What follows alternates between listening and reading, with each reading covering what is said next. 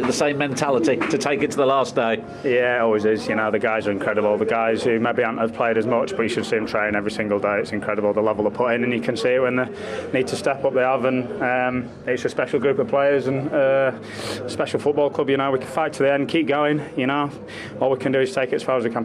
What does that performance say about the squad?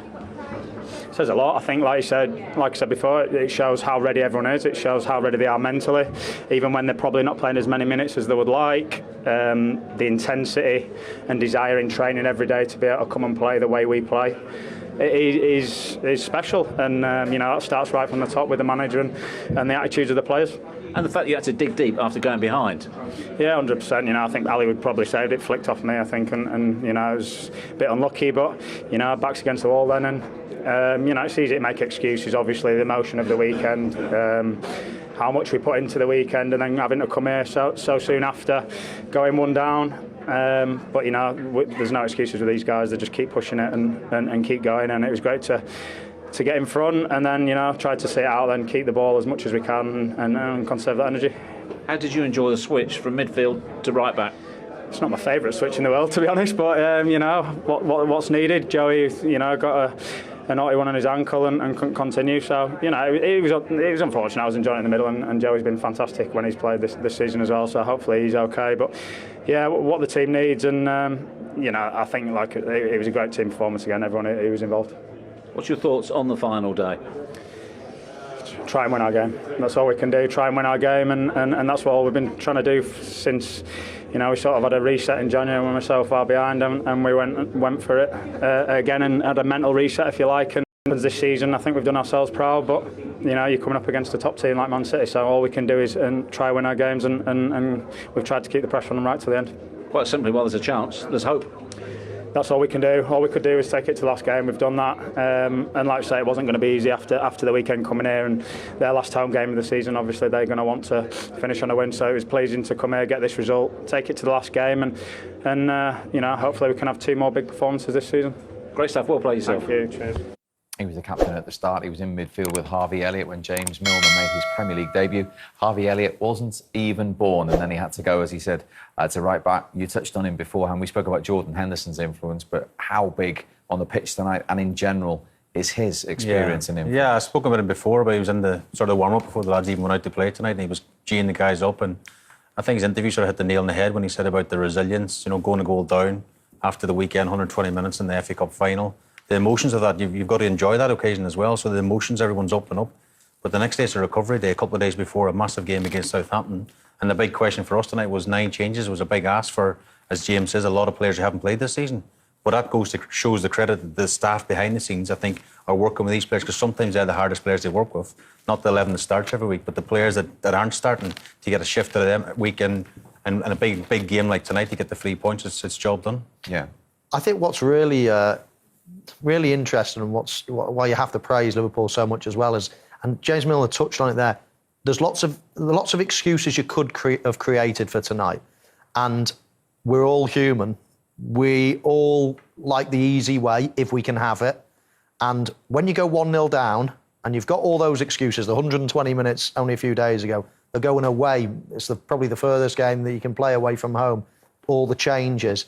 There's so many excuses that you could actually, but they just don't do that. This team are so mentally strong, no hiding place. They don't shirk a challenge at all, and I think that is where they're different to a lot of other teams. You know, I've played in lots of teams where the mentality is just every day in training. No one wants to lose a 5-a-side, and you go to some places and it's all right to lose. It's okay. There's no hiding place here. Every day in training, every game, you've just got to put it in. Where does that come from? Within the group, I think the culture of a club. And again, we've mentioned it and we'll mention it again because it is so important in football.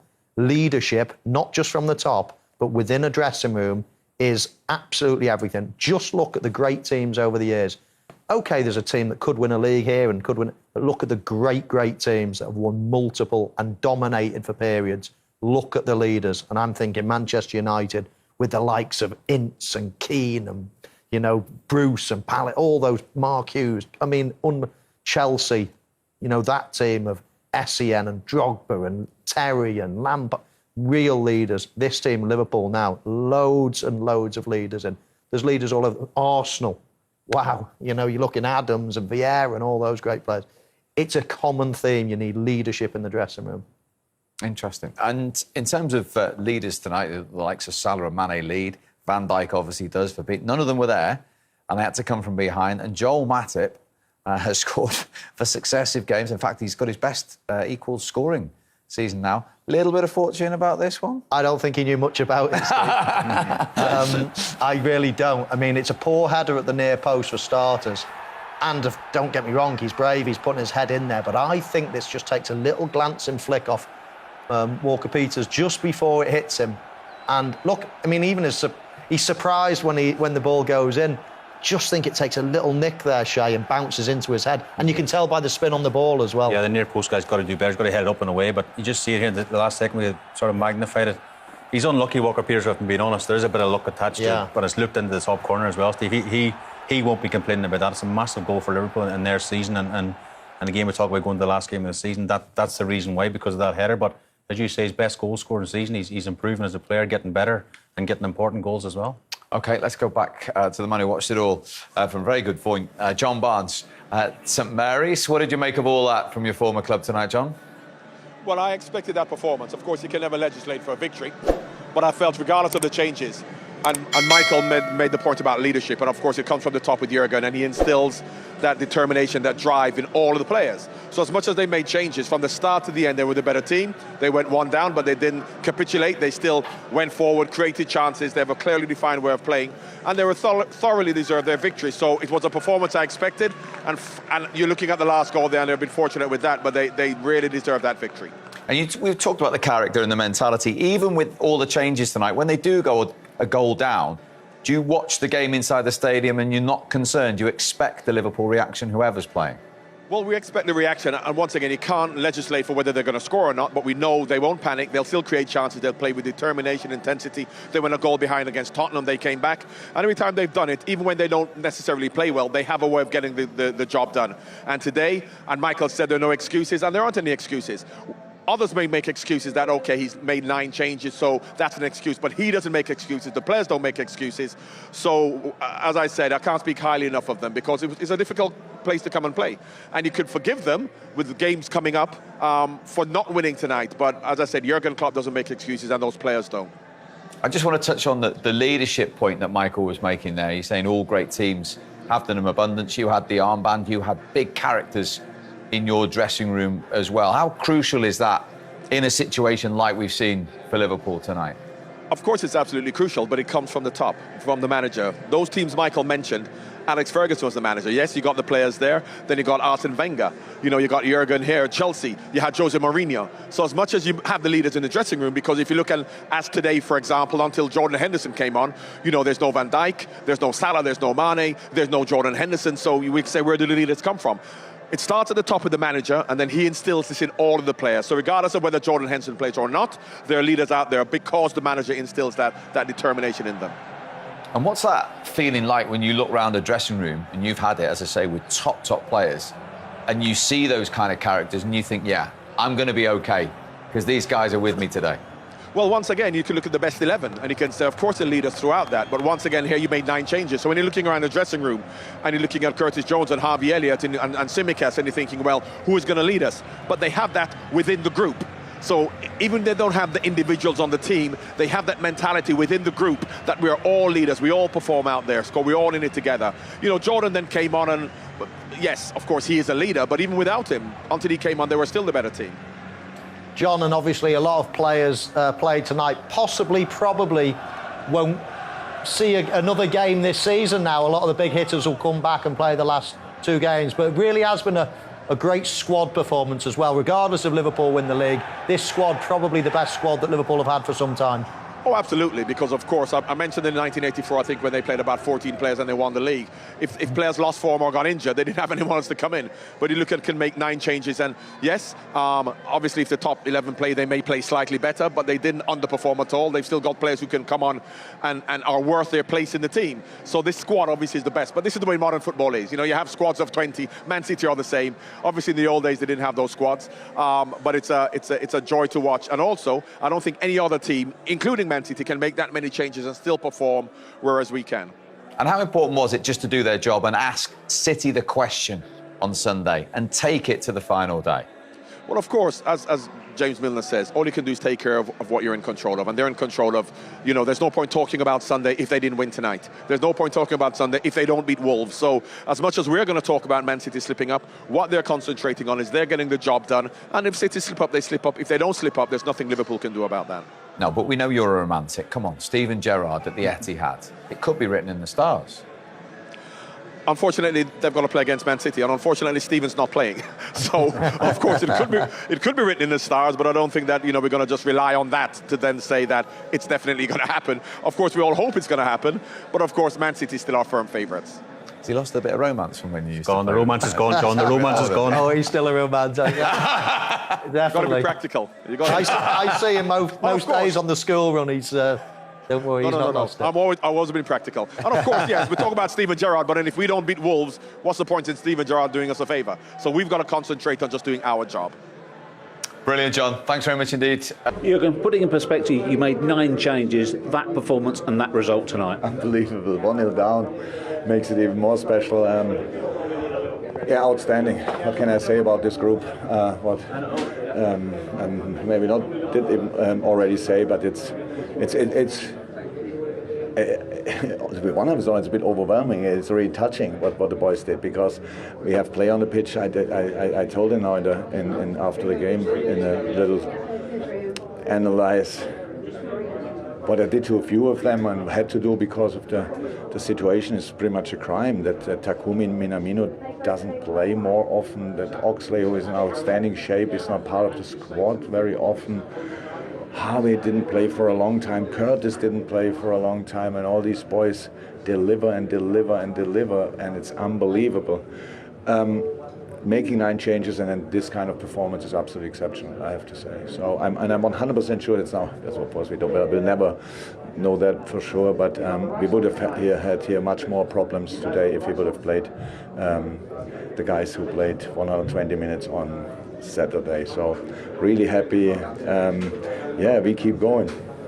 What does that tell you? Does it tell you anything you didn't know about this special group of players already tonight? Because I was watching on the touchline, you were just applauding virtually throughout the game. You were loving it, weren't you? Oh, honestly, I loved it. There were so many good things. So even Joey, yes, is pain, but we all think it probably is all right.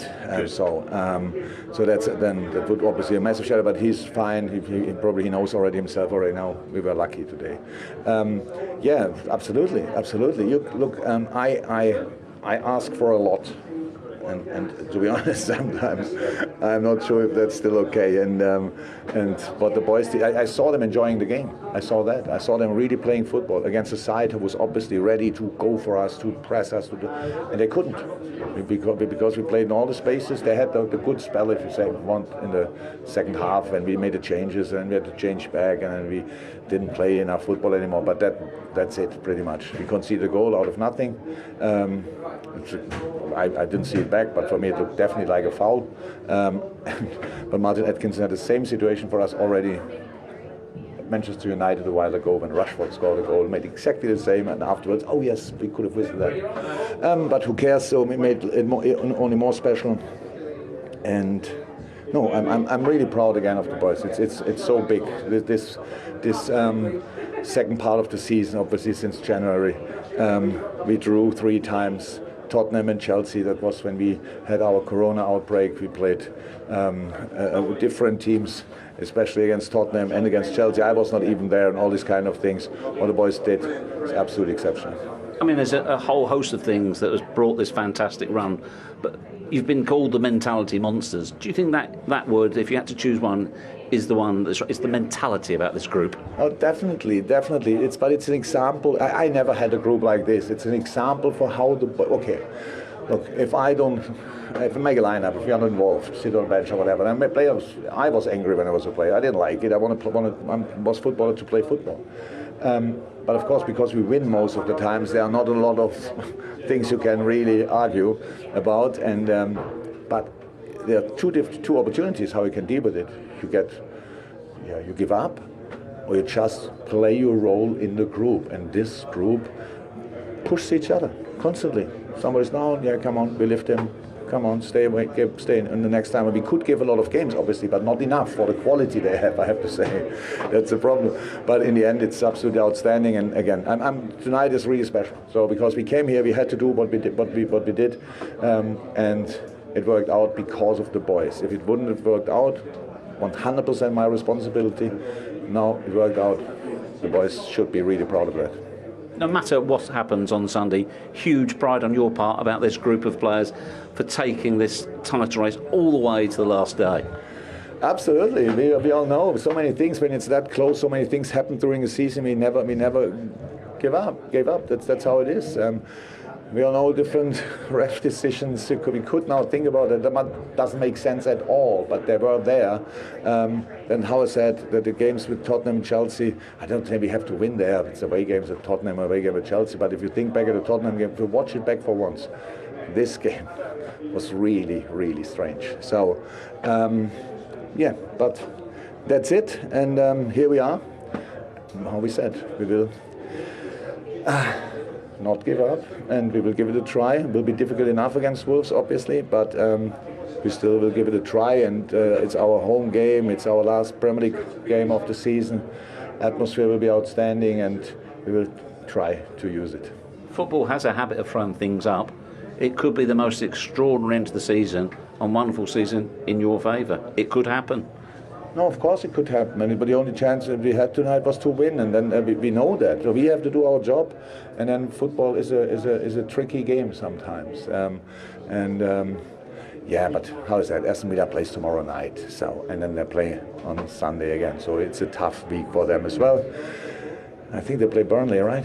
Thursday. So Thursday and Sunday. This Thursday, which I want to have. Okay, but now it's all good and.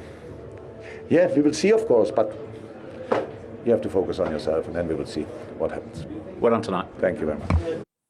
Oh, some fascinating insight there from Jurgen Klopp. Clearly delighted, clearly relaxed as well, particularly on the rotation and players not getting enough minutes. And we go back to 2001. I know we have a joke with you sometimes, and occasionally you were on the bench and you didn't like it, but it is a master, isn't it, to try and get players, minutes, keep the group all heading in the right direction.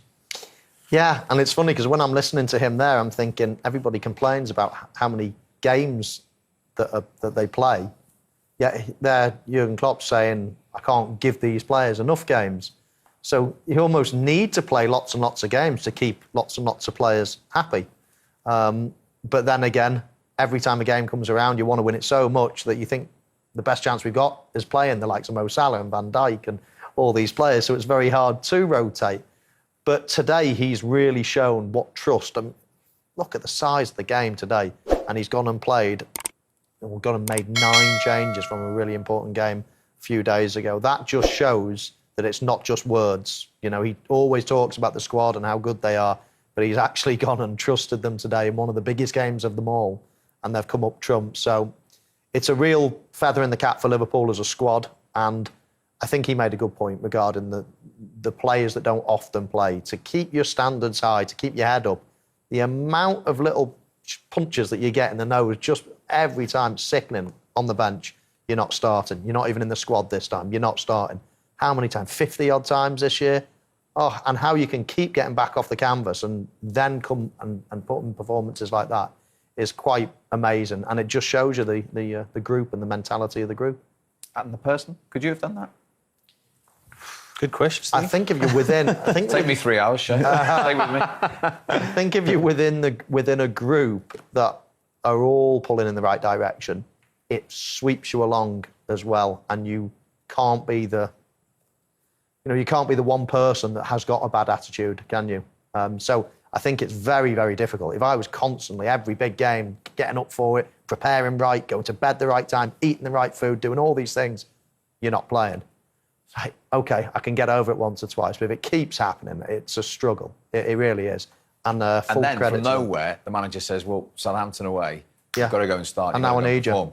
And by the way, when you're playing, I'm going to be playing another 8 or 9 people that don't normally play as well. It's like, wow, I could fit into the team that plays every week. I can play alongside, all these great players. But now you're asking me to play as well when everybody else is cold, that no one else has played for a long time as well. Then it's even more difficult. So, full credit to them. I mean, full credit. Don't get me wrong. They didn't blow Southampton away. They didn't win 5-0. No, but to win in the Premier League away from home like that with all those changes, it's just a credit to their mentality. It's a fascinating insight. I guess it's a little bit into a goalkeeper's world. Sometimes if you're the number 2 and you're not in the team, and you train all week and you have to be ready for an injury, or suddenly the manager says, right, I'm going to change, and you're in and you haven't been in. Yeah. I don't know what being a number 2 is, though. No, I was a bit, to be fair. Towards the end of his career. It was difficult, to be fair. If you Michael's hit the nail on the head. If you're training all week, you have a carrot dangle at the end of the week. You train, you work hard, you go in the gym, you do all this stuff that you have to do, prepare for the game on a Saturday. And the game on a Saturday is the fun part of the week. You're putting the hard hours leading up to the game, and then an hour and a half before the game, the manager turns around and says you're not playing. You just get deflated, don't you? I don't know if I could do it, if I'm being honest. That's what I was saying. It's a good question to Michael. I don't think he could have done it either, because he was one of the main players and he was one to start every week. And that's his... I think he gave a diplomatic, untruthful answer, but there we go. What I did like about Jurgen saying there was about they're all part of a winning squad, a winning team. They're picking up trophies. So what he's saying is my job's a lot easier because most weeks Liverpool are winning games. So it's difficult for the likes of the guys who come in tonight to go, hang on a minute, we lost at the weekend, we didn't play well. Liverpool have been so good this season, it's very difficult for these players to knock on his door to say, I should be starting. They've been so good, they could be over 90 points again this season, 92. They've got 99 and not won the league. They've got 97 and not won the league. I mean, that could knock your mentality, but it doesn't. They just keep coming back, don't they?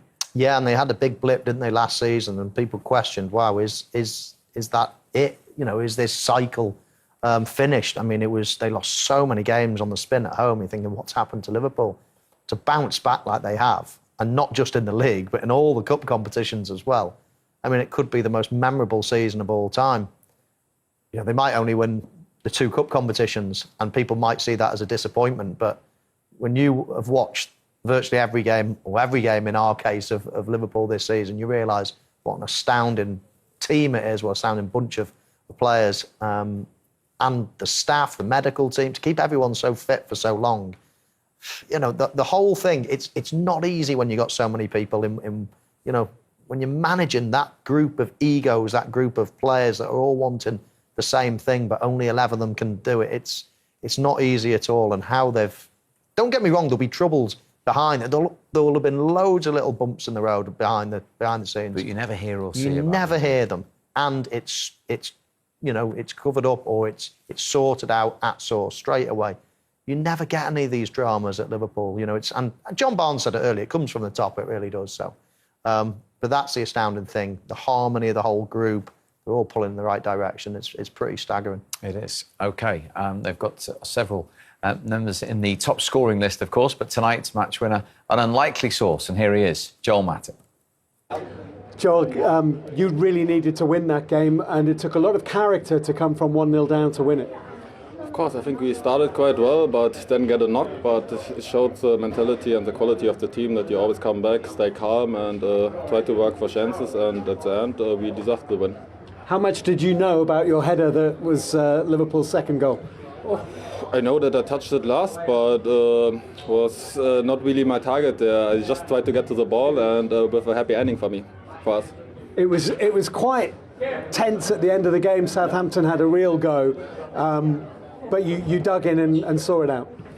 We just had to work out, and of course they want to come then again, but we try to stay calm and try to work. That's the only thing that matters in these kind of moments, and this is what we did. Realistically, Joel, it's still really unlikely, I guess, that Liverpool are going to win the title, because it needs Aston Villa to do you a huge favour, but it's still possible. we try to concentrate on our game. It will be tough enough to win against Wolves, and then we try to make it uncomfortable for City as possible. But we know we can only win our games, and that's what we are concentrating.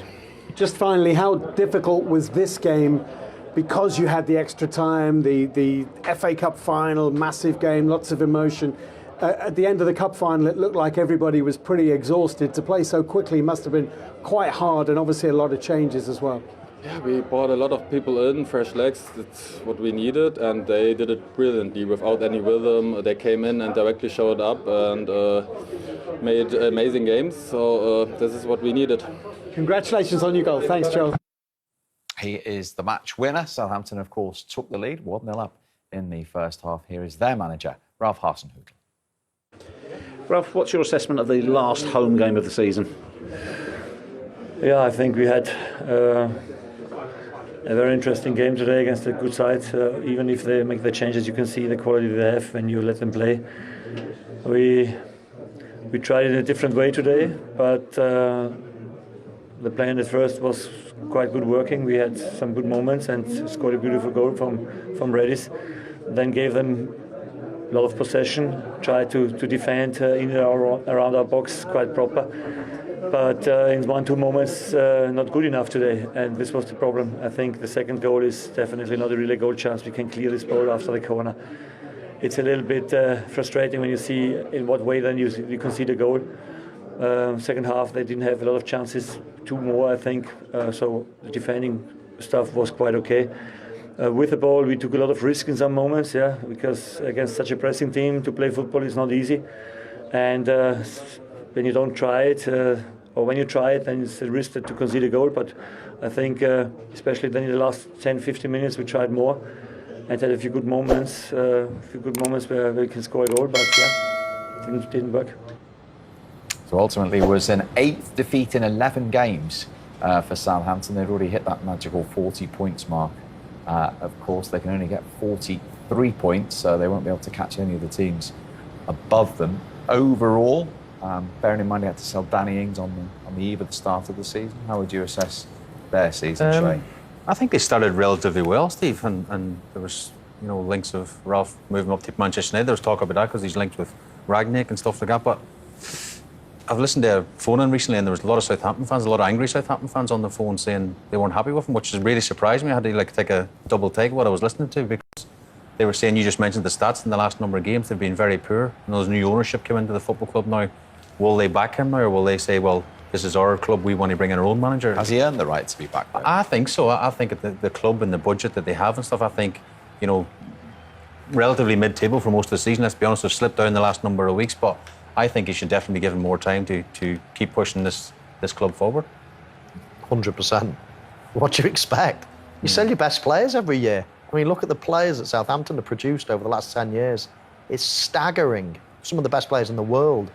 We go back further and look at Gareth Bales and all these players, but, Van Dijk, so many great players, and we'll be here all day listening to them. So when you continue to sell all your best players all the time, and you still stay in the Premier League, then you're doing something right. I think Hasenhüttl is one of the best managers in the league. I really think he does a great job. I love the style of play.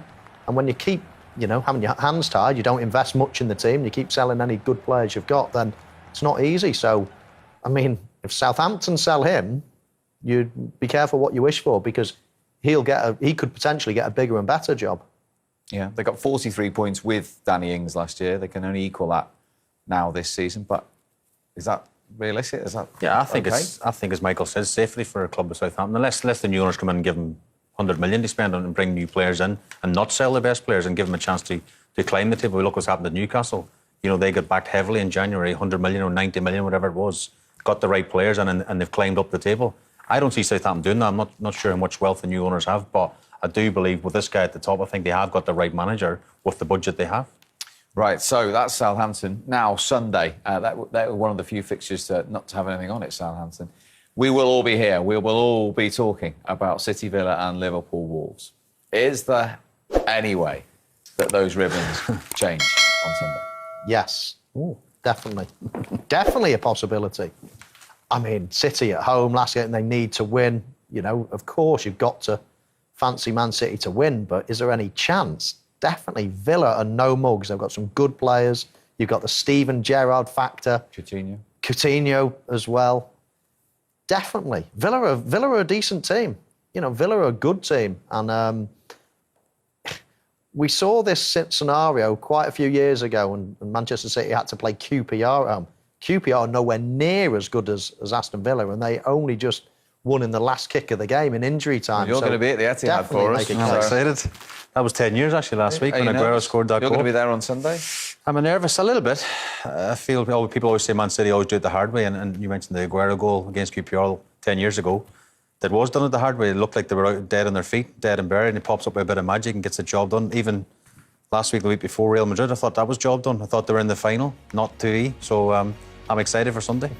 I will see you both on Sunday. What a final day we've got in prospect everywhere in the league, but particularly in the top. Pure drama, pure theatre, the Premier League. See you then.